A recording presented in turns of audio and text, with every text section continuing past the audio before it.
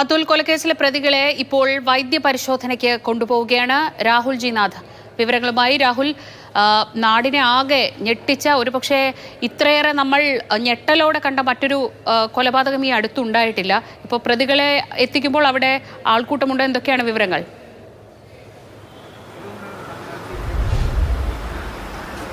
പ്രതികളെ കരുനാഗപ്പള്ളി പോലീസ് സ്റ്റേഷനിൽ എത്തിച്ചു. അപ്പോൾ ആൾക്കൂട്ടം ഉണ്ടായിരുന്നു, അപ്പം ഈ കുടുംബാംഗങ്ങളൊക്കെ ഉണ്ടായിരുന്നു. എന്തായാലും 10 പേരെയാണ് ഈ കേസുമായി ബന്ധപ്പെട്ട് പിടികൂടിയത്. അതിൽ 6 പേരാണ് നേരത്തെ കമ്മീഷണർ സൂചിപ്പിച്ചതുപോലെ ഈ കുറ്റകൃത്യത്തിൽ നേരിട്ട് പങ്കെടുക്കുക എന്ന് പറഞ്ഞാൽ ആ ദൃശ്യങ്ങളിൽ കണ്ട 4 പേർ. ആ 4 പേരാണ് കൊലപാതകം നടത്തിയത്.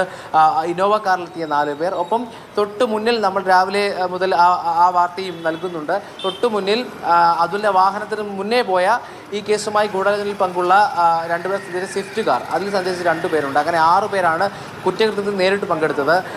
പിന്നീടുള്ള 4 പേരെന്ന് പറഞ്ഞ് ഗൂഢാലോചനയുമായി ബന്ധപ്പെട്ട് ഈ വാഹനം നൽകുക, ഒപ്പം ഈ ഒളിവിൽ പോകാനുള്ള സഹായം നൽകുക തുടങ്ങിയ കേസുമായി ബന്ധപ്പെട്ടവരാണ്. എന്തായാലും ഈ പ്രതികളെ 24 മണിക്കൂർ തികയും മുമ്പ് പോലീസിന് കഴിഞ്ഞ ദിവസം പുലർച്ചെ തന്നെ ഇന്ന് പുലർച്ചെ തന്നെ പ്രതികളെ പിടിക്കാൻ കഴിഞ്ഞു എന്നുള്ളത് പോലീസ് നേട്ടമായി പറയുന്നുണ്ട്. ചടുലമായ നീക്കമായിരുന്നു ഇതുമായി ബന്ധപ്പെട്ട്. ഒപ്പം മറ്റൊരു ചോദ്യം ഉന്നയിക്കപ്പെട്ടത് ഇത്തരത്തിലൊരു ആക്രമണം ഉണ്ടാകുമെന്നുള്ള റിപ്പോർട്ടുകൾ ഉണ്ടായിരുന്നു. കാരണം അലുവ അതുൽ പുറത്തേക്ക് ഇറങ്ങുമ്പോൾ ഇത്തരത്തിലൊരു പകവീട്ടിലുണ്ടാകുമെന്ന റിപ്പോർട്ട് ഉണ്ടായിരുന്നു. അപ്പോൾ പോലീസ് അതിന് പറയുന്നത് കൃത്യമായി അങ്ങനൊരു വിവരം, കൃത്യമായൊരു പരിശോധന നടത്തിയിരുന്നു. പക്ഷേ ഇത്തരം ഒരു സ്ഥലത്ത് വെച്ച് ഒരു ആക്രമണം ഉണ്ടാകുമെന്ന് ആരും പ്രതീക്ഷയില്ല എന്ന് അനൗദ്യോഗികമായി പറയുന്നുണ്ട്. അപ്പം ഈ റിപ്പോർട്ട് ലഭിച്ചിരുന്നത് ചെറുക്കാനുള്ള നടപടികൾ ഉണ്ടായിരുന്നു എന്ന് തന്നെയാണ് പറയുന്നത്.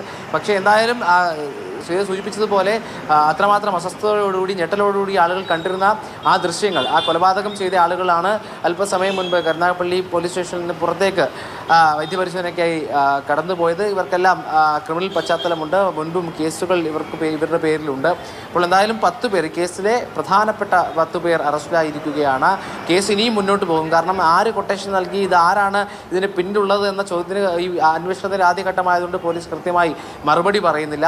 ഇനി ഈ ഫോൺ റെക്കോർഡുകൾ ഉൾപ്പെടെ പരിശോധിച്ച ശേഷമാകും ഈ കേസുമായി ബന്ധപ്പെട്ട് മറ്റാർക്കെങ്കിലും പങ്കുണ്ടോ എന്നുള്ള വിഷയത്തിലേക്ക് വരിക. കാരണം ഈ അലുവ അതുൽ നിലവിൽ എന്തായാലും ഏറ്റവും അടുത്ത് 3 കേസുകളിൽ പ്രതിയായിരുന്നു. അതുകൊണ്ട് തന്നെ അന്വേഷണം ആ രീതിയിൽ മുന്നോട്ട് പോവുകയാണ്. ശരി.